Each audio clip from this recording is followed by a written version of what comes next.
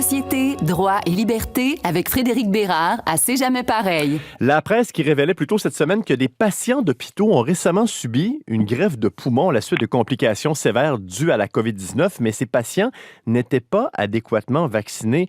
Bien qu'ils ne soient pas identifiés comme des personnes anti-vax, il faut le préciser, ça a suscité beaucoup de réactions sur les soins apportés aux personnes non vaccinées, aux soins intensifs pour des urgences. Et là, ça nous a permis de relancer le débat parce que je sais que c'est pas la première fois qu'on en parle avec notre chroniqueur Frédéric Bérard. Bonjour.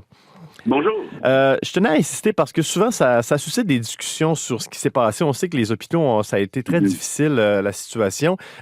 C'est une belle occasion, la chronique, peut-être pour rappeler cette fameuse situation qu'on a au Québec et au Canada pour les soins de santé. C'est pas si évident, c'est pas si facile que ça, donc, faire la loi et décider comment on attribue ces soins. Ben, je comprends les vaccinés et j'en suis évidemment d'être frustré contre ceux et celles qui refusent la vaccination et qui amplifient, pour pas dire cause en partie. Le problème actuellement dans les hôpitaux, Frédéric, là, ça va de soi, je la comprends très très bien, cette frustration-là.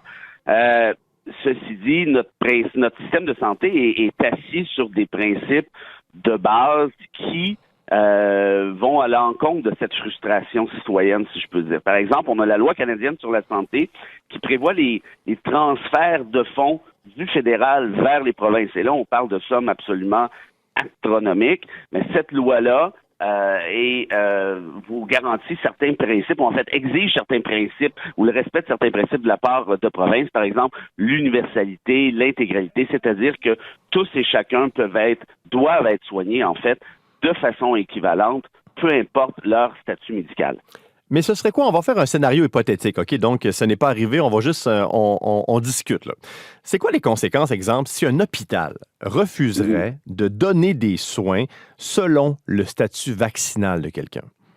Bon, dans ce cas-ci, l'hôpital s'inscrirait en faux en rapport à la loi dont je viens de parler. Et si ceci était avalisé, par exemple, par le gouvernement Legault, ben à ce moment-là, on pourrait penser qu'Ottawa puisse émettre une espèce de contravention, si je peux dire, à Québec, ce qui ferait en sorte que l'an prochain, il y aurait des pénalités qui seraient imposées et les transferts seraient moins onéreux. Ça, c'est évidemment la réponse plus technique, plus plate, plus partage des compétences. L'autre réponse à votre question est celle des chartes. Est-ce que l'individu non soigné du fait du refus de l'hôpital pourrait intenter un recours contre l'hôpital en question et potentiellement le gouvernement Legault, par exemple le ministère de la Santé? Ben, la réponse, c'est oui. Pourquoi? Ben, parce qu'il dirait, vous m'avez d'une part discriminé en vertu d'un statut médical qui est encore permis et légal actuellement. Vous avez le droit, selon la loi, de ne pas être vacciné. Donc, il s'agirait d'une part de discrimination, il s'agirait aussi d'autre part, d'atteinte au droit à l'intégrité physique nécessairement, qui est aussi protégé par les chartes. Là, bien sûr, on navigue dans les lois, Frédéric Bérard. Un autre commentaire qu'on entend souvent, c'est est-ce que les gouvernements, autant Ottawa que Québec, auraient pu, sur une période temporaire, modifier ces lois pour justement permettre de resserrer la vis et de faire une sélection entre vaccinés et non vaccinés dans les hôpitaux? Est-ce qu'on aurait pu faire des modifications temporaires à la loi? Est-ce que Ottawa pourrait faire une modification à sa loi? Oui, absolument, en disant, finalement, en ce qui a trait aux non-vaccinés, oubliez ce que je vous ai dit sur l'universalité et l'intégralité. Ceci dit, on sait que toutes les lois doivent respecter la Constitution. Donc, est-ce qu'il y aurait un problème en rapport aux chartes? Ici, je pense que oui, pour les raisons que j'ai énoncées précédemment. Ceci dit, il existe, par contre, on le sait, une disposition dérogatoire qu'Ottawa n'a jamais utilisé depuis l'adoption de la Charte de 1982. Peut-être qu'à ce moment-ci, il pourrait songer à le faire et donc suspendre, par exemple, le droit à la liberté ou le droit à l'égalité dont je parlais tout à l'heure.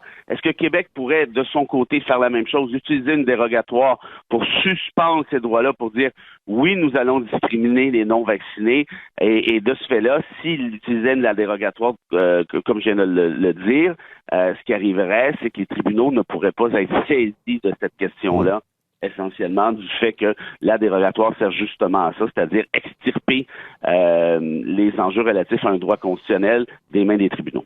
Bon, là, depuis 2-3 minutes, on utilise le conditionnel. Il y a beaucoup de « si » dans nos questions et nos réponses, Frédéric Bérard, parce que c'est pas la première fois qu'on en parle ensemble. Il y a déjà eu des articles, des chroniques écrits là-dessus. Pourquoi, après presque 2 ans de pandémie, on lit encore des commentaires comme ça. Pourquoi est-ce que la population, les citoyens ont encore de la difficulté à comprendre ces principes? En fait, est-ce que les principes sont suffisamment expliqués? Est-ce qu'ils sont suffisamment bien expliqués? Et là, peut-être que je me critique moi-même en vous disant ceci.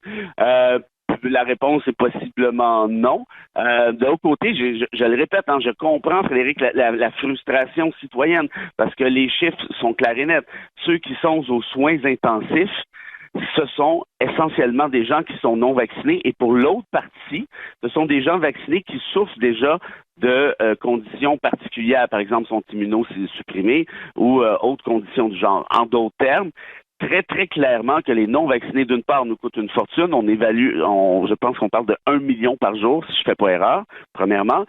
Et deuxièmement, ces gens-là prennent une place à l'hôpital qui, selon toute vraisemblance, ne serait pas prise s'ils étaient vaccinés, ceci causant du délestage, c'est-à-dire du report des opérations, une qualité de soins qui est moindre pour l'ensemble de la population. En d'autres termes, ces gens-là ont une responsabilité sociétale qui est très, très clairement établie. Donc, je comprends cette frustration.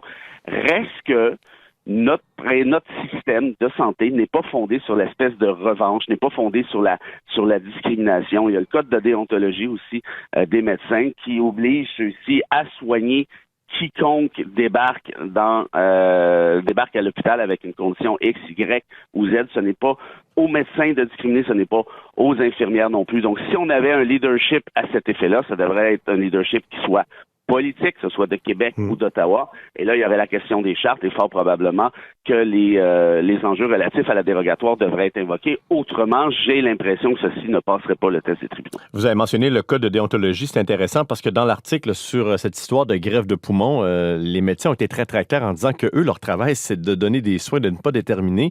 Un code de déontologie pour les médecins ou pour d'autres professions, c'est pas quelque chose qu'il faut prendre à la légère. Non, c'est très sérieux. Le code de déontologie, c'est une loi qui est adoptée ici par Québec, une loi à laquelle on ne peut déroger pour le plaisir de.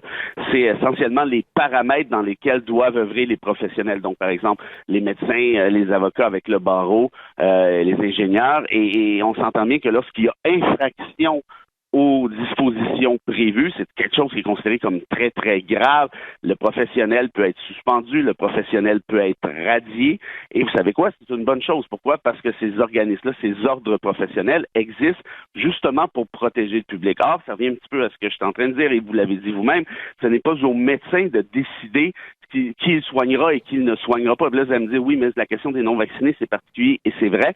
C'est pour ça que je vous dis que si Québec ou Ottawa voulaient aller là, mais ce serait à eux de prendre ce leadership-là, parce que autrement, si on laissait dans les mains des médecins le soin de décider qui ils soignent et qui ils ne soignent pas, on pourrait voir toutes sortes de cas absolument désastreux et horribles par la suite. Et là, je ne parle pas des non-vaccinés. Ça pourrait être un médecin qui dit, moi, je dis n'importe quoi, mais moi, je soigne pas les diabétiques. Je crois pas à ça, le diabète ou au truc du genre. Donc, évidemment, qu'on tomberait dans une spirale infinie.